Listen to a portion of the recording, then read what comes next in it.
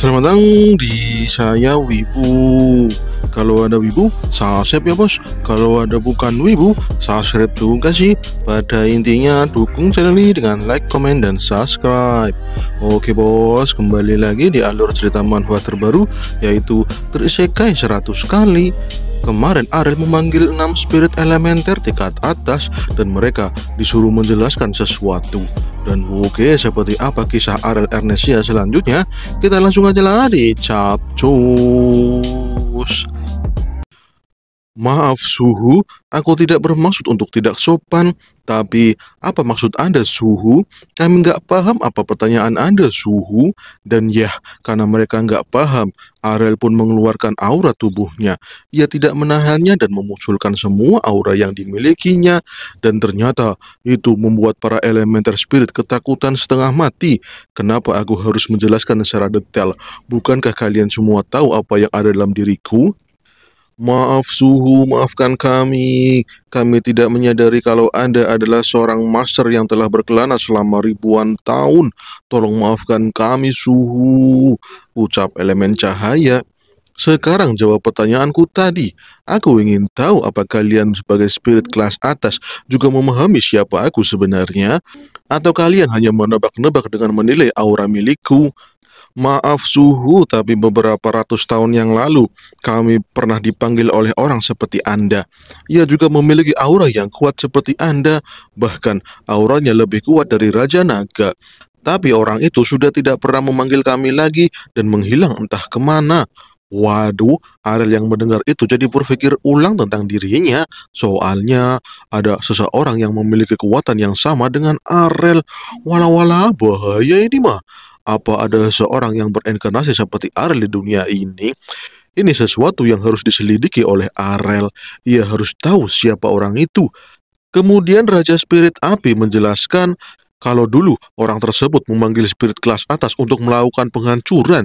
Ia menyuruh kami untuk memusnahkan beberapa kerajaan di dunia ini. Walah, bener-bener dah.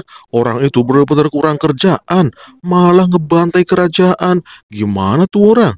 Beda banget dengan Arel yang terisekai malah ingin rebahan sepanjang hari. Gak mau ngapa-ngapain, cuman ingin santai-santai doang. Atau itu ya, ketika Arel terisekai kehidupan 79, di mana ia memiliki tujuan hidup, yaitu mendampingi seorang kekasih.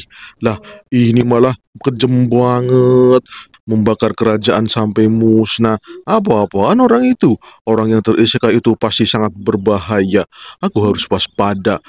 Barangkali dirinya itu masih hidup atau terisekai kembali ke dunia ini. Aku lega orang yang memanggil kalian sudah hilang, tapi aku merasa aku harus waspada karena orang yang kalian sebut itu merupakan orang yang berbahaya. Aku rasa aku jadi tahu alasanku hidup di dunia ini. Aku harap mengalahkan orang itu bukanlah tujuan dari hidupku ini. Daripada Anda waspada, kenapa Anda tidak membuat kontrak dengan kami, Suhu? Kami pasti akan bermanfaat untuk Anda ke depannya. Ogah bener, kalian itu spirit yang masih lemah. Kalian baru hidup selama ratusan tahun, jadi aku merasa kalian perlu banyak belajar lagi. Walah, spirit tingkat atas jadi pada ngelak dan mendengar ucapan Arel. Spirit tingkat atas malah lemah. Wadidaw, bener-bener dah si Arel ini. Aku cuma memerintahkan satu hal kepada kalian. Kalian harus memegang perintahku ini, yaitu jangan sebarkan informasi tentangku. Beritahu semua spirit dari kecil sampai atas. Beritahu mereka semua kalau mereka tidak boleh membocorkan informasi tentangku. Kalau sampai ada yang membocorkan informasi tentangku kepada orang lain di dunia ini, maka kalian semua akan aku siksa selama ribuan tahun. Kalian paham kan? Jir, serem amat, emangnya bisa ya? Kemudian ada misi khusus untuk spirit elemen api. Spirit api merasa terhormat mendapatkan misi khusus dari Suhu Arel. Ia jadi bersemangat udah. Arel pun meminta spirit api untuk memberikan emblem spiritnya. Emblem spirit itu adalah item dari spirit yang digunakan di dunia manusia. Dan emblem spirit itu akan digunakan sebagai pemanggil spirit. Jadi ini emblem summon tanpa harus menguras afinitas sihir. Jadi tinggal panggil saja, nanti langsung nongol. Dan oke, spirit api pun mengeluarkan cahaya api yang terang. Dan ia membuat emblem api yaitu pita merah. Waduh, malah pita merah. Kau bisa memanggilku dengan menggunakan itu, Suhu. Aku pergi dulu. Dan wush. Semua spirit elementer telah pergi semua. Mereka semua pergi ke dunia spirit. Arel merasa aneh dengan emblem api milik spirit api. Kenapa harus pita merah? Waduh, waduh, ini mah dipakai cewek. Kenapa ia memberikan hal seperti ini kepadaku? Lagian, gimana cara memakainya ya? Susah amat tuh spirit. Dan oke, karena spirit sudah pada pergi, jadinya scene pun berpindah. Kembali ke posisi Pena Armit Janil. Saat ini Pena sedang meditasi, ia sedang memperluas afinitas mana sihirnya. Ini sesuai yang diajarkan sama Arel, bahwa spirit itu tergantung dari afinitas sihir penggunanya. Dan afinitas itu bisa dilatih dengan emosi pengendalian mana spirit, dan juga penerimaan aura dari alam luar. Dan ternyata dengan menghubungkan tiga unsur itu, Pena berhasil meningkatkan afinitas sihirnya secara perlahan. Dan itu membuat Sele semakin kuat. Begitu juga dengan Solo, ia semakin kuat. Dan sekarang Sele dan Solo menjadi pondasi utama sihir Pena dalam mengeluarkan afinitas sihir miliknya. Tapi Pena merasa ini sangat sulit untuk dilakukan terus-menerus. Soalnya tubuhnya terasa mudah sekali lelah. Mungkin dia juga perlu latihan fisik untuk meningkatkan afinitas sihir miliknya. Kemudian di depan pintu ruang belajar, Arel dan dia ada di situ. Arel bingung dengan Pena. Ia belajar dengan sangat keras. Itu sangat berbahaya untuk tubuhnya jika ia terus-menerus memaksakan afinitas sihirnya. Namanya juga tanggung jawab seorang putri pangeran. Kalau tidak kerja keras, mungkin dia akan menyesal kemudian hari karena tidak bisa melindungi sesuatu yang ia ingin lindungi. Wah, kayaknya kau pengalaman ya dia ya. Emang begitu, pangeran. Dari kecil, aku selalu bekerja keras dalam hal apapun. Itu semua demi makan enak kemudian harinya. Jir, malah cuma ingin makan enak. Kemudian Arel bertanya tentang dia yang kemarin dipanggil ketua menara sihir. Ada apa emangnya? Apa ada masalah di menara sihir? Ini semua gara-gara Anda yang mulia.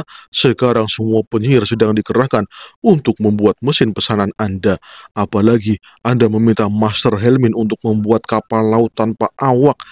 Ia sangat bersemangat sekali dan mengerahkan banyak penyihir. Kata Master Helmin, semuanya akan beres dalam 3 bulan dari sekarang. Kalau ada kendala, mungkin akan bertambah waktunya. Walah, kendala apaan dia? Saat ini Guild Dark Magic selalu menyerang Magic Tower, tapi mereka sepertinya berjumlah kecil. Para penyihir bisa mengatasi mereka semua. Lah, gue kira udah beres semua, malah masih banyak ya kecoa-kecoa itu. Kata Master Helmin, semua Dark Magician akan dibasmi semua sama Magic Tower. Bahkan beberapa bangsawan yang terlibat juga bakal dibumi hanguskan. Ini kan karena izin Ernesia yang membumi hanguskan Dark Magician tanpa pengadil. Kill di tempat, jir kejem amat. Nggak pakai ham sih di sini, jadi ya digaskan aja dah. Ya oke lah, jempol buat Magic Tower. Aku senang semua masalahku telah ditangani dengan baik oleh Master Helmin. Top dah. Dan oke, sekarang aku bisa fokus melatih Pena Armit Janil. Dia juga akan aku manfaatkan. Waduh, dia merasa kasihan dengan Pena. Bakal jadi apa ya si Pena ini? Mudah-mudahan gak diperas tenaganya seperti penyihir Vahlia lainnya, ucap dia dalam hati.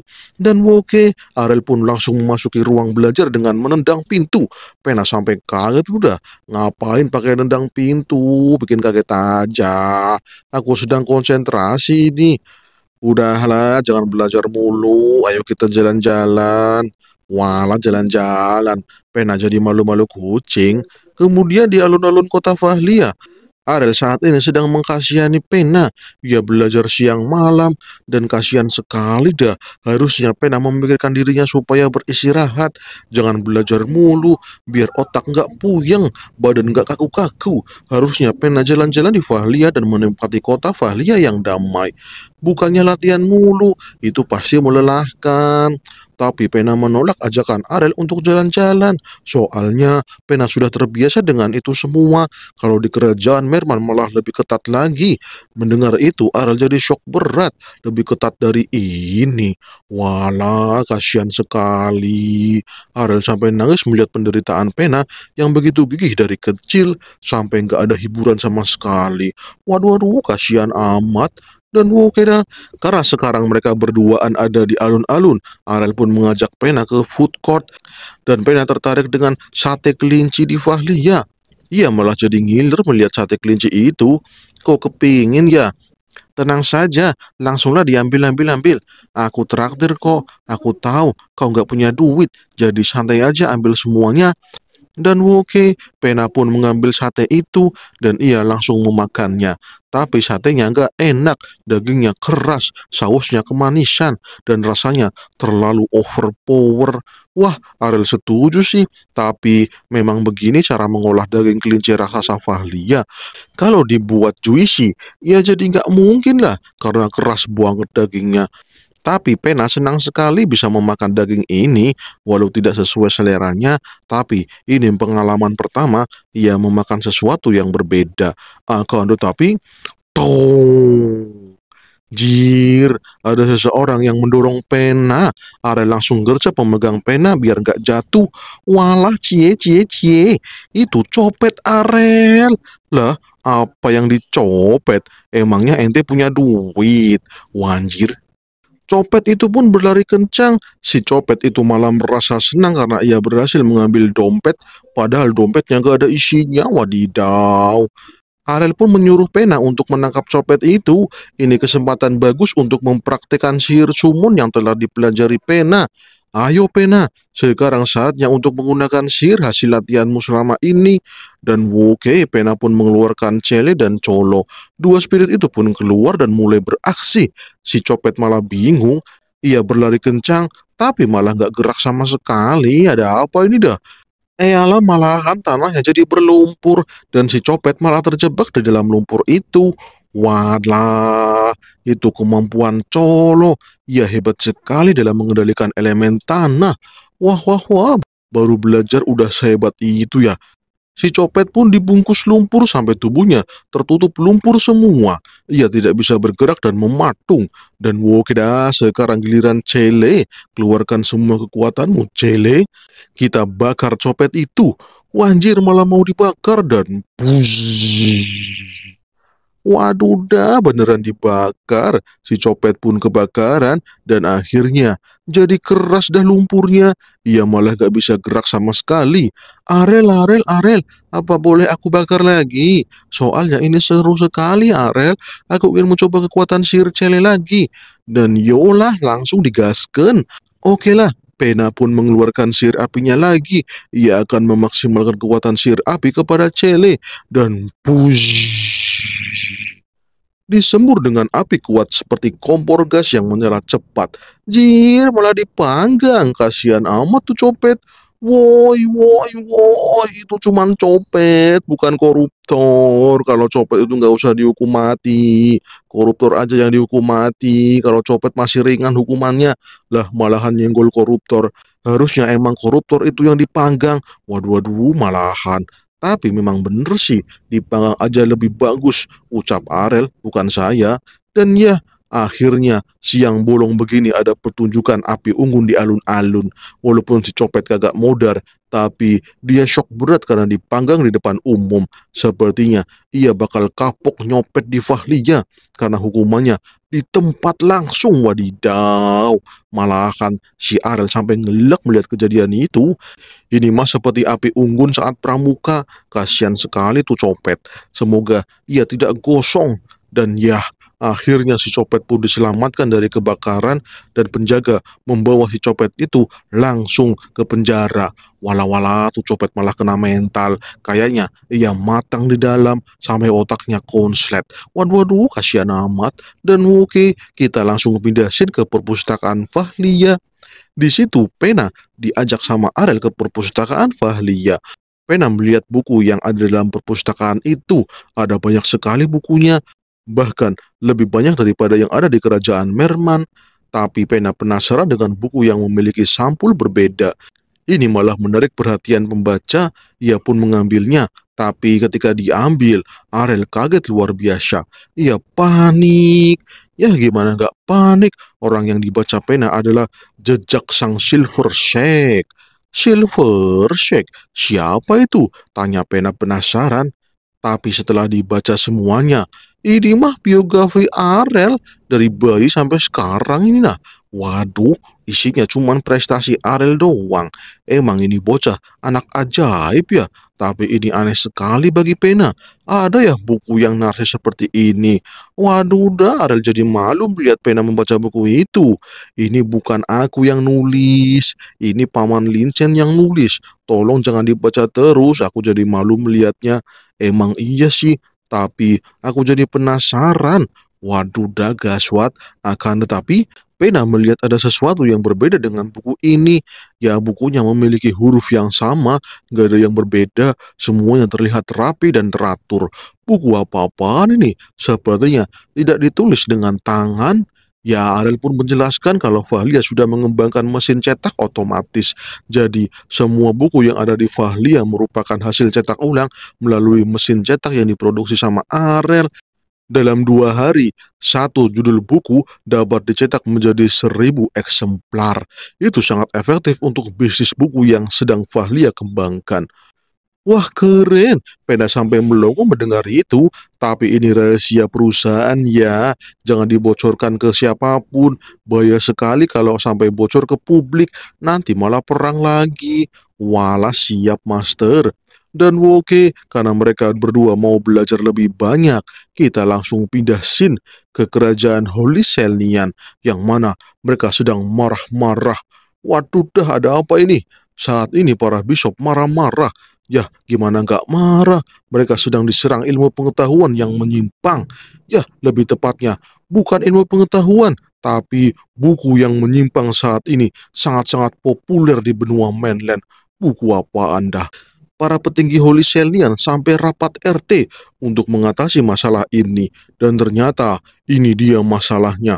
Komik yang dibuat Arel. Komik ini merupakan cerita bergambar yang diproduksi sama Fahlia. Komik ini bercerita tentang penyihir dan summoner yang bekerja sama dan menjadi pahlawan untuk menyelamatkan dunia dari kehancuran. Nevelia sampai stres menghadapi ini. Soalnya ini dicetak ke seluruh benua mainland dan menjadi buku komik pertama di benua mainland. Laris lagi, terutama untuk bocil-bocil. Mereka sangat suka membaca buku bergambar ini. Ya, para bishop langsung meminta sang saintis untuk segera melancarkan penyucian kepada Ernestsia. Jika tidak, ajaran sesat para ateis itu akan tersebar luas dan menjadi ajaran yang umum dilaksanakan semua orang di benua mainland. Nevelia pun menolak itu. Soalnya, ini cuma buku bergambar, bukan sesuatu yang mengancam. Tapi karena keberadaannya yang sangat banyak, maka Nevelia akan membuat fatwa kalau buku ini haram hukumnya. Penganut agama Zelnian dilarang membaca buku bergambar ini. Nevelia kesal sekali karena Arel sudah berani menyerang secara diam-diam. Ia merasa pangeran itu sangat-sangat licik, tidak seperti tampangnya yang imut-imut. Wanjir dah, akan aku balas kau Arel, bikin puyeng aja. Dan ya, para bishop pun masih ribut memikirkan buku bergambar dari Ernestsia. Mereka masih memperdebatkan cara mengatasi buku bergambar ini. Sampai akhirnya ada satu bishop yang protes dengan kebijakan dari saintis. Kalau cuma diam dan membuat fatwa, itu tidak akan menyelesaikan masalah. Lebih baik hancurkan sumber masalah dan benua ini akan aman dari orang-orang sesat. Waduh dah gaswat. Nevelia jadi diam mendengar protes dari salah satu bishop itu, tapi Nevelia pun memberi usul kembali.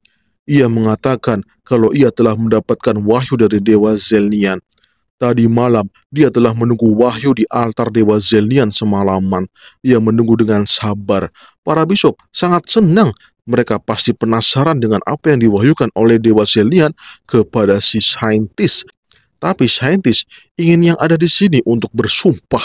Mereka akan bersumpah untuk diam dan tidak membocorkan apa yang diwahyukan. Dan juga tidak ada penolakan atau protes. Jika ada penolakan, maka kafirlah para penentang itu. Dan oke, semuanya pun langsung bersumpah. Kemudian Nevelia memberitahu wahyu yang ia dapatkan, tapi sayang sekali, disensor. Wanjir, wahyu aja disensor. Yang jelas, setelah mendapatkan wahyu itu, para bishop langsung bermuka gelap. Mereka malah senang, tapi kesenangan mereka disertai keringat dingin yang bercucuran. Mereka seolah mendapatkan rencana licik dari ucapan Nevelia. Waduh, apa yang mereka dengarkan ya? Semuanya atas nama Dewa Zelnian yang suci, aku perintahkan kepada kalian semua agar menyimpan pesan ini secara rahasia. Jangan bocorkan kepada siapapun, jangan sampai wahyu ini keluar dan bocor. Aku harap kalian tahu resikonya jika wahyu ini bocor. Dan oke, karena kita nggak tahu isi wahyunya, Shin pun berpindah kembali ke Ernest. Saat ini Arel sedang ada di ibu kota, dia bersama ibunya duduk dengan tenang. Mereka senang karena saat ini adalah pengumuman raja baru Ernest. Raja Leon Ernest langsung memberikan pidato terakhirnya sebagai seorang Raja Ernest, dan ia memberikan tahtanya kepada putra mahkota yaitu Jiel Ernest. Ayah Leon pun memberikan mahkotanya itu kepada Jiel Nisan, dan sekarang Jiel Nisan telah resmi menjadi seorang Raja Ernest selanjutnya. Semua orang yang ada di situ memberi selamat kepada Raja baru Ernest, tapi Arel merasa aneh. Semua terlihat lancar. Tidak ada masalah di internal maupun eksternal, tidak ada yang mengganggu. Arel merasa ada sesuatu yang direncanakan. Mungkin musuh-musuh Ernest sedang diam. Mereka semua diam karena bersiap-siap untuk menyerang. Waduh, Arel merasa itu akan terjadi, tapi ia tidak tahu kapan itu terjadi karena bersambung. Waduh, udah malah bersambung. Oke kawan-kawan semuanya, terima kasih sudah mau menonton saya Wibu. Tempatnya alur cerita manhwa terbaru. Oke bos, jangan lupa like, komen, dan subscribe. Siap, terima kasih. Salam cus.